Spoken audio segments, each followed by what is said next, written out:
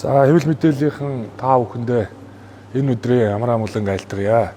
Тэгээ нэгдэл шийдэл хөгжил хэмээх урийн дор зохион байгуулагдсан Монгол Ардын намын 31-р их хурлын талаар тодорхой бас мэдээллүүдийг өгье. За улс төрийн намын тухай хууль батлагдсантай холбогдуулаад оны өмнө улс төрийн намууд шинэ хуулиндаа намын үндсэн дүрм, намын хөтөлбөр, зорилтуудаа нийцүүлэх үүргийг хүлээж байна. За ингээд 122 зүйлийн нэмэлт өөрчлөлт орсонтой бас холбогдуулаад улс төрийн намын тухай хуулийн дагуу гендрийн тэгш байдлыг хамгаалах зорилгоор бүх төвшөнд намын бүх төвшөнд удирдлагын 40% нь хүйсийн аль нэг төлөөлөл байхыг бас намын үндсэн дүрмдээ тусгаж өгсөн.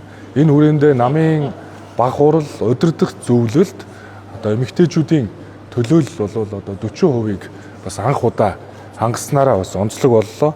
За мөн намын үйл ажиллагааг ил тод нээлттэй байх хүрээнд улс төрийн намын тухай хууль заасны дагуу санхүүжилтийг нээлттэйгээр олон нийтэд мэдээлж байх, намын төв байгууллагаас хяналт тавих, олон нийтэд мэдээллийг нээлттэй зохицуулах шинэ зохицуултуудыг мөн бас тусгаж өглөө. За мөн намын бүхий л үйл ажиллагаанд ёс зүй, сахилгын асуудлыг наривчлан зохицуулж өгсөн.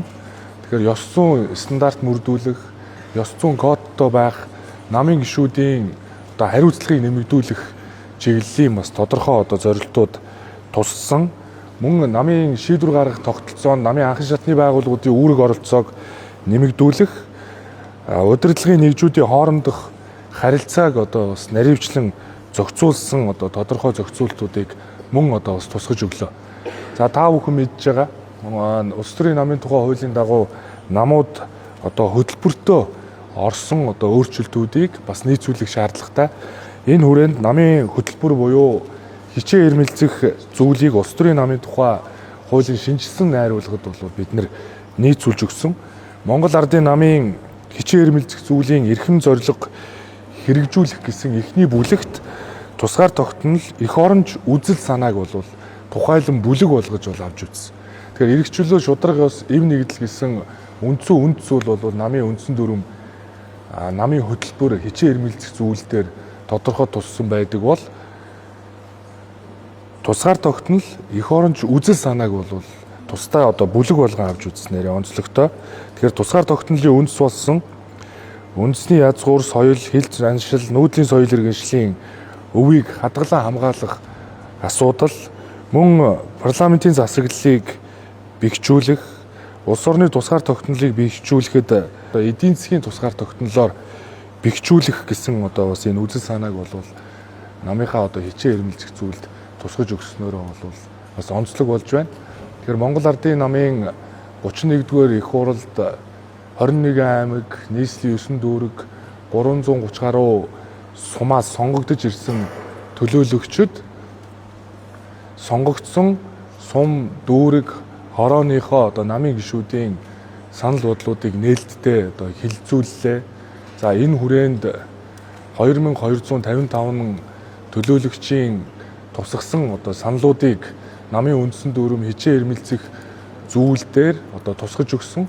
За 2255 төлөөлөгч маань намынхаа баг хурлыг байгууллаа. Баг хурал маань 597 гишүүдийн төлөөлөлтөөр байгуулагдаж өчигдөр баг хурлын анх дугаар уралдааныг бас зохион байгууллаа.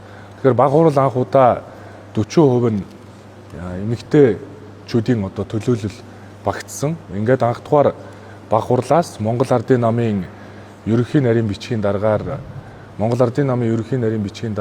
ажиллаж байгаа Янгугийн Содбаатар даргыг үргэлжлүүлэн ажиллах шийдвэрийг бол гаргасан.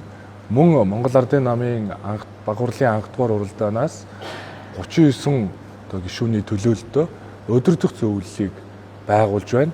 Тэгэхээр Монгол Ардын намын удирдах зөвлөлд бол бас тодорхой албан тушаалтнууд, мөн нийслэл дүүрэг, аймгийн намын оруудын төлөөлөл, намын анхан шатны байгууллагуудын төлөөлөл, намын дэрэгдэх төрийн бус байгууллагуудын төлөөллийг одоо багтаадаг. Үүний дагуу одоо 39 гишүүний төлөөлөлтөд удирдах зөвлөлийг байгууллаа. Мөн Монгол Ардын нам 5 орон тооны нарийн бичгийн дарга, 3 орон тооны бус нарийн бичгийн даргаыг мөн баг хурлаар одоо томиллоо гэдэг ийм одоо тодорхой мэдээллүүдийг бас та бүхэнд өгье. Монгол Ардын намын 31-р их хурал дээр бас намын даргад өрсөлдөхтөө дэвшүүлсэн мөрийн хөтөлбөрөө бол чандлан одоо хэрэгжүүлнэ. Энэ хүрээнд удирдах зөвлөлийн анхны хурлаас намын гишүүдийн ёс зүй сахилах хариуцлагыг нэмэгдүүлэх чиглэлээр намын гишүүдийг одоо оноожуулах журам, намын гишүүдийн идэх оролцоог үнэлэх дүгнэх журмыг одоо батлуулахаар бэлтгэл ажлыг хангаж байна. Мөн удирдах зөвлөлийнхөө дэргэд мөрийн хөтөлбөрийг одоо үнэлдэг, дүгнэдэг, тайлагнадаг байнгын хороодуудыг бас байгуулж, энэ байнгын хороогоор дамжуулж 2024 оны сонгуульд дэвшүүлж оролцсон мөрийн хөтөлбөрөө бол бид нэр улирал тутам тайлагнаж эхэлнэ. Мөн удирдах зөвлөлд бүс болгоны төлөөлөл болсон удирдах зөвлөлийн гишүүдийг одоо сонгосонтойгоо одоо сонгосныхоо дагуу бид нар удирдах зөвлөлийнхөө дэргэд одоо бүсийн зөвлөлүүдийг байгуулж бүс болгон дээр хэрэгжиж байгаа төсөл хөтөлбөрүүд намын мөрийн хөтөлбөрт туссан зорилтуудаа одоо тайлагнаж үнэлгээ дүгнэлт өгдөг. Хэрвээ одоо мөрийн хөтөлбөрийн тодорхой зорилтууд биелээгүй бол улс төрийн дэмжлэг авч сонгогдсон сонгуульт албан тушаалтнуудтайгаа эргээд одоо хариуцлага ярьдаг. Одоо ийм тогтолцоо руу бол шилжинэ. Тэгэхээр эрх үүргийн нэгдэл бол өөрөө хариуцлага. Тийм ч учраас одоо хариуцлага ярьдаг. Ил тод нээлттэй гишүүн төвтэй нам болох зорилтыг дэвшүүлэх хүрээнд намын даргын зүгээс одоо И4 стратегийг дэвшүүлсэн. Тэгэхээр энэхүү И4 стратегийн одоо бодлогын баримтчгүүдийг бас намынхаа гишүүдээр хилцүүлж аль бие усаар одоо бодлогын баримтчиг болж батлуулна гэдгийг бас хэлье. Тэгэхээр энэхүү И4 стратеги бол ил тод гүйцэтгэл, үр ашиг, ёс зүй, шударга байдал, хариуцлага, манлайл, залгамж, оролцоо, эрх тэгш байдал, тэгш боломж, шударга ёс гэсэн энэхүү агуулганд бол одоо нийцж байгаа. Тэгэхээр И4 стратегийг хэрэгжүүлснээрээ улс төрийн намын санхүүжилтийг ил тод болгоно. Эргээд улс төрийн намын санхүүжилт ил тод болсноор түүнийг хяндаг, үнэлдэг, одоо мониторинг хийдэг орчин үеийн гишүүн төвтэй хариуцлагатай нам болох бас үндэс суурьаа бол одоо бид нар тавина гэдгийг бас та бүхэнд хэлье. И4 стратегийн гол зорилго бол ард түмнийхээ одоо итгэлийг олж авах, намын гишүүдээ идэх оролцоог сэргээх, бүх төвшөнд одоо авилга ашиг сонирхлоос ангид байх, сахилах хариуцлагыг нэмэгдүүлэх чиглэлийн одоо бас гол зорилтуудыг тавьж байна. Энэ ч хүрээндээ санхүүжилт ил тод хариуцлагатай одоо болсноороо бид нэр цаашлаад одоо өнөөдрийн үүсэт байгаа одоо авилга ашиг сонирхлын одоо хэрэгүүдтэй нэр холбогддог. За үүнээс болж одоо намын нэр хүндэд сөргөөр нөлөөлдөг. Энэ байдлыг бол одоо үндэс одоо угсаагаар нь үндсээр нь одоо өөрчлөх зорилгыг дэвшүүлэх хүрээнд бол тогтолцоогоо бас өөрчлөё гэдэг ийм зорилтыг бол дэвшүүлж байгаа гэдгийг бас хэлье. За удирдах зөвлөл бол өөрөө тодорхой албан тушаалтнууд квотоороо удирдах зөвлөлд багтдаг. Тэгэхээр одоо удирдах зөвлөлийн 39 гишүүн. Жишээ нь улсын их хурлын дарга, ерөнхий сайд, засгийн газрын төлөөлөл, засгийн газрын хэрэгжлэх газрын дарга, их хурлын дэд дарга, улсын их хурлын одоо олонхын бүлгийн дарга, за мөн хотын намын орооны дарга, дэрэгдэх төрийн бус байгууллагын ерөнхийлөгч нар гэдэг ингээд багтдаг. Тэгэхээр социал демократ Монголын эмэгтэйчүүдийн холбоо намын дэргэд үйл ажиллагаа явуулдаг. Тэгэхээр социал демократ Монголын эмэгтэйчүүдийн холбоо чуулгана зохион байгуулад Хүрлбаатарын Булган туяа гишүүнийг ерөнхийлөгчөөр сонгоод өнөөдөр Булган туяа гишүүн эмэгтэйчүүдийн байгууллагын ерөнхийлөгчөөр ажиллаж байгаа. Тийм ч учраас эмэгтэйчүүдийн холбооны ерөнхийлөгч нь удирдах зөвлөлтөө шууд орно гэсэн үг. Тэгэхээр намын их хурал зохион байгуулагдсанараа бид дэрэгдэх төрийн бус байгууллагуудын чуулгануудыг шинээр хийх нөхцөл үүсэж байна. Мөн одоо аймаг, дүүрэг, нийслэл гээд намын хороодууд шинээр хурлаа зохион байгуулна. Өнөөдрийн одоо жишээ нь аймгийн намын орооны даргыг ажлыг одоо сайн гэж үнэлээд өнгөрсөн сонгуулиудад амжилттай ажилласан гэвэл улируулан сонгох бололцоотой. Тийм гэхдээ намын их хурлын дараа энэ одоо анхан шатны байгууллагууд хурал зөвлөгөөнөө дахиад хийнэ. Дэргэдэх төрийн бус байгууллагууд мөн чуулганы зохион байгуул. Тэгэхээр эмэгтэйчдийн холбооны ерөнхийлөгч удирдах зөвлөлд холбоогоо төлөөлөөд одоо албан тушаалаар орж ийнэ гэсэн. Тэгэхээр эмэгтэйчдийн холбоод одоо их хурлын дараа чуулганы зохион байгуулад дараагийн одоо шинэ ерөнхийлөг сонгогдвол тэр албан тушаалаараа орж иж байгаа учраас шинэ ерөнхийлөгч нь оронд нь ороод явна л гэсэн. Тэгэхээр намын даргын хувьд бол бүх чуулгануудаа зохион байгуулна. Шинээр одоо бүт зүрэлтгүн шинэ бага өөрөө бүрдүүлнэ. Засгийн газрын ерөнхий тухайн ажиллах бүгд бас бүлээлт нийгэм та одоо намын дарга энэ дээр удирдах хурлын хурлыг хэзээ холбоох хоёр хурлын дарганы төлөвлөгөө бас хэзээ ярих вэ? За намын баг хурлын анх дугаар хурлаар засгийн газрын доктортой үйл ажиллагааг хангаж ажилуулах чиглэлийг Монгол Ардын намын удирдах зөвлөл баг хуралд өгсөн. Чиглэл болох тухай тогтоолыг баталсан. Тэгээ миний хувьд Монгол Улсын засгийн газрын бас тэргуун шадар сайд эдийн засаг хөгжлийн сайдаар ажиллаж эх 5 жилийн хөгжлийн үндсэн чиглэлийг өөрөө одоо ахалж боловсруулж өнөөдөр их хурлаар хилцүүлгүүдийг нь хийж байна. Тийм ч учраас Монгол Улсын засгийн газрын бодлого чиглэл бол миний одоо сэтгэл үнэмшил болоод Монгол Ардын намын одоо хичээн ирмэлцэх зүйл намын хөтөлбөртөө одоо уялдж байна гэсэн үг. Парламентын сонгуулийн дараа засгийн газрын хэрэгжил газрын дараагаар ажиллаж байхдаа 4 жилийн засгийн газрын үйл ажиллагааны хөтөлбөрийг боловсруулах ажлын хэсгийг бол тухайн би хэрэгжлийн сайдын хувьар ахалж ирсэн. Тэгэхээр 4 жилийн үйл ажиллагааны хөтөлбөрийн 72% нь намын мөрийн хөтөлбөрийн зорилт хангагдсан. Тухайн үед хамтарсан засаг байсан учраас арчилсан намын тодорхой одоо мөрийн хөтөлбөрийн зорилтууд хүн намын зорилтуудыг тусгасан. Гэхдээ манай намын мөрийн хөтөлбөрийн 72% өнөөдрийн засгийн газрын 4 жилийн үйл ажиллагааны хөтөлбөрт бүрэн дүүрэн хангагдсан. Тэгэхээр энэ хөтөлбөртөө суурилсан жилийн төлөвлөгөөг бид нар их хурлаар баталсан. Ингээд эх 5 жилийн чиглэлийг одоо хэлцэж байна. Тэгэхээр Монгол Улсын засгийн газар өнгөрсөн одоо 4 сар гаруй хугацаанд экспортыг 1.7 дахин нэмэгдүүллээ. Валютын нөөцийг бас хадгалж байна. Зээлжих зэрэгэл одоо 2 бие болсон гэд ингээд эдийн засгийн хувьд тоогоор илэрхийлэгдэх сайн үзүүлэлтүүд гарч ийн. Дээрээс нь засгийн газрын энэ авилгатаа тэмцэж байгаа. За энэ уул уурхай салбарын ил тод байдлыг хангуулах чиглэлээр ажиллаж байгаа бодлого үйл ажиллагааг бол би намын даргын хувьар одоо бүрэн дэмжинэ. Тийм ч учраас засгийн газрыг доктортой үйл ажиллагаа бол энэ бол одоо манай улс орон төдийгүй дэлхийд дахинд олон улсын геополитикийн нөхцөл байдалд дэлхийн дэг журам өөрчлөгдөж байгаа цаг үед бол асар их чухал байна. Ялангуяа одоо хөрөнгө оруулагч нар бид бүхэнд одоо бас олон удаа хандсан. Одоо хууль эрх зүйн орчин шинжилгээ хийж өгөөч. Монголд хөрөнгө оруулах нээлттэй хариуцлагатай хөрөнгө оруулагч нар эрх ашиг хамгаалдаг тогтолцоог бүрдүүлж өгөөч. Ингээд засгийн газар эдийн засгийн эрхчлөө, хөрөнгө оруулалтын хууль, зөвшөөрөл мэдээллийн хууль, татварын багц хуулиудыг олон нийтээр хэлэлцүүлж одоо их хуралд өргөн мэдүүлэхэд одоо бэлэн болсон. Тэгэхээр эдгээр хууль дүрэн батлагдаж дээрэс нь хөрөнгө оруулалт, эдийн засгийн доктортой байдлыг хангах чиглэлийг одоо цаашаа доктортой хадгалъя гэвэл төсөв дөнгөж батлагдсан энэ цаг үед одоо засгийн газраа илүү доктортой байлгахыг бид нэр эрмэлзэх ёстой. Тэгэхээр намын асуудал бол бас намын асуудал, засгийн газрын асуудал бол тусдаа асуудал.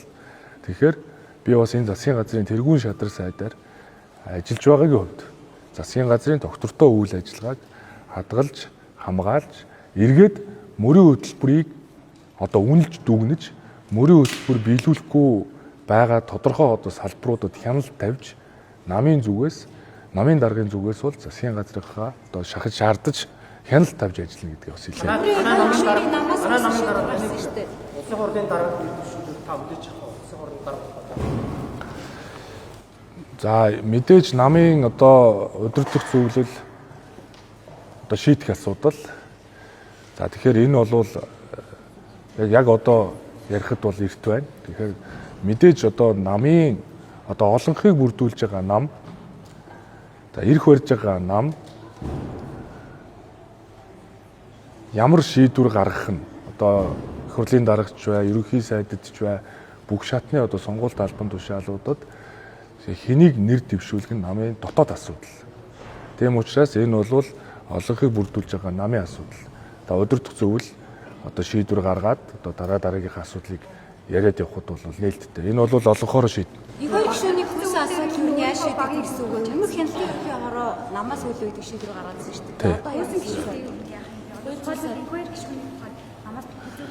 За бид намын их хурлаар намын дарга болоод хяналтын ерөнхий хороог л одоо сонгож байгаа шүү дээ.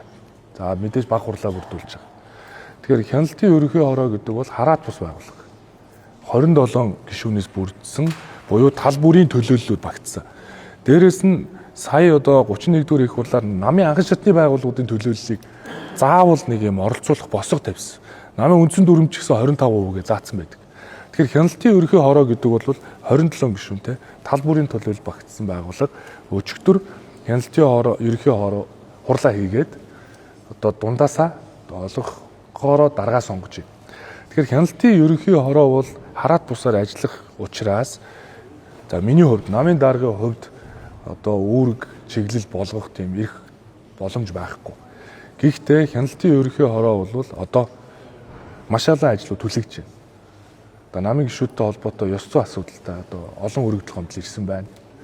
За мөн одоо шийдлээ хүлээж байгаа олон асуудлууд байна. Яг та бүхний хэлж байгаагаар одоо энэхүү эрх гишүүний асуудлыг дахиж одоо хилцэх шаардлага зүй ёсоор үүсэж байна. Тэгэхээр хяналтын байгууллага одоо олонхоороо хуралдаад одоо шийдвэрээ гаргаад явах ёстой. Нэг талтаа гаргаад одоо урагшаа хараад бол ажиллах ёстой. Тэгэхээр намын даргын хувьд бол би бол нэгт ёс зүй сахилах хариуцлагыг л нэг тавина. Тийм учраас ёс зүйтэй хариуцлагатай ил тод гишүүн төвтэй нам болёо л гэж. Одоо энэ намын үндсэн дүрм заасныхаа дагуу намын анхан шатны байгууллагуудын төлөөл 25% байна гэж заасан. Дээрээс нь гендрийн хууль, улс төрийн намын хуулиараа одоо аль нэг хүйсийн харьцаа 40% гэж заасан. Тэр 39 гишүүнтэй өдөрдох зөвлөлийн 40% буюу 15 нь эмэгтэй байх ёстой гэсэн үг. Тэ? За дээрээс нь намын үндсэн дүрмд болоод бид нар бол өнгөрсөн хугацаанд өдөрт зөвлөлийг бүрдүүлэхдээ тодорхой албан тушаалтнуудыг заавал оруулдаг байсан. Одоо тэр их хурлын дарга, ерөнхий сайд, их хурлын дэд дарга, хотын намын дарга, эмэгтэйчүүдийн холбооны ерөнхийлөгч, залуучдын холбооны ерөнхийлөгч гэдэг. Тэгэхээр эн чинь ингээд шууд албан тушаалаараа ороод ирж байгаа. Албан тушаалаараа. За ингээд эмэгтэйчүүдийг одоо энэ өдөртөх зөвлөлд урихтаа бид нар эмэгтэйчүүдийн холбоотой зөвшөлдөж байгаа. Эмэгтэйчүүдийн холбоо эдгээр одоо эмэгтэйчүүдийг одоо намын өдөртөх зөвлөлд санал болгож байна гэдэг. Ингээд санал болгож штэ. Тэгэхээр бид бол эмэгтэйчүүдийн холбооны дэд ерөнхийлөгч өдөртөх зөвлөлөөс нь тодорхой төлөөллийг оролцуулна. Залуучдын байгууллага бас саналаа өгч байна. Ийм хүмүүсийг оруулъя. Тэр саналуудыг тусгана. Тэгэхээр бид нэг зүйлийг ойлгох ёстой. Нам бол олон нийтийн байгууллага. Тэрээс биш хэн нэгний хувийн компани биш шүү дээ. Тийм учраас баг хурал дээрээ одоо өөрийнхөө эргэн тойрны хүрээллээр нь баг хурлаа бүрдүүлэх, өдөрт зөвлөө бүрдүүлэх ямар ч болцоо байхгүй. Тэгэхээр нам өөрөө дотоод аржилтаа хяналтаа тавьдаг ийм одоо эргэх холбоотой энэ олон одоо удирдах бүх шатны одоо намын байгууллагуудын хоорондын уялдаа холбоог хангуулж ажиллах ийм л үүргийг хүлээдэг. Тэгэхээр намын удирдах зөвлөл бол 100% одоо өөрөө багаа бүрдүүлсэн үү гэж асуух нь өөрөө бас нэг тийм зохимжтой биш юм бэл. Гэхдээ мэдээж намын удирдах зөвлөл бол намын даргын бодлого үйл ажиллагааг одоо нэгэнт дэвшүүлсэн хөтөлбөр зорилтыг хэрэгжүүлэх тусалцаа үзүүлэх ёстой. Ийм л механизм харин намын удирдах зөвлөлийнхөө дэргэд энэ нэг боловсролын асуудлаар, банк санхүүгийн реформын асуудлаар, нийгмийн даатгалын шинжилгээний асуудлуудаар байнгын хоруудыг байгуулъя. За дэргэд нь одоо бодлогын зөвлөл буюу үе үе намын удирдлагууд хамтдуудынхаа төлөөллийг багтаасан зөвлөл байгуулъя. За энэ намын санхүүжилттэй холбоотой хороог өдөрт зөвлөлийн дэргэд байгуулъя. Жишээ нь улс төрийн нам өөрөө татвар хураамжаа яаж нээлттэйгээр одоо олон нийтэд мэдээлж авах вэ? Яаж татвар хураамжаа одоо эргээд авсан бол эргээд яаж мэдээлэх вэ? Үүнийг нь яаж одоо бүртгүүлжүүлж олон нийтэд ил тод хариуцлагатай болгох вэ? За намын одоо удирдах зөвлөлийнхөө дэргэд тэр аймаг орон нутгийн хөгжлийн асуудлаар тэр бүсийн зөвлөлийг хэрхэн ажилуулах вэ гэд энэ бол намын даргын хувьд цаашдаа баримтлах өөрийн одоо удирдах одоо стратеги байх ёстой учраас удирдах зөвлөлийнхөө дэргэд ийм шин тогтолцооны механизмыг оруулж одоо ажиллая гэдэг бас ийм л одоо төлөвлөгөөтэй байна.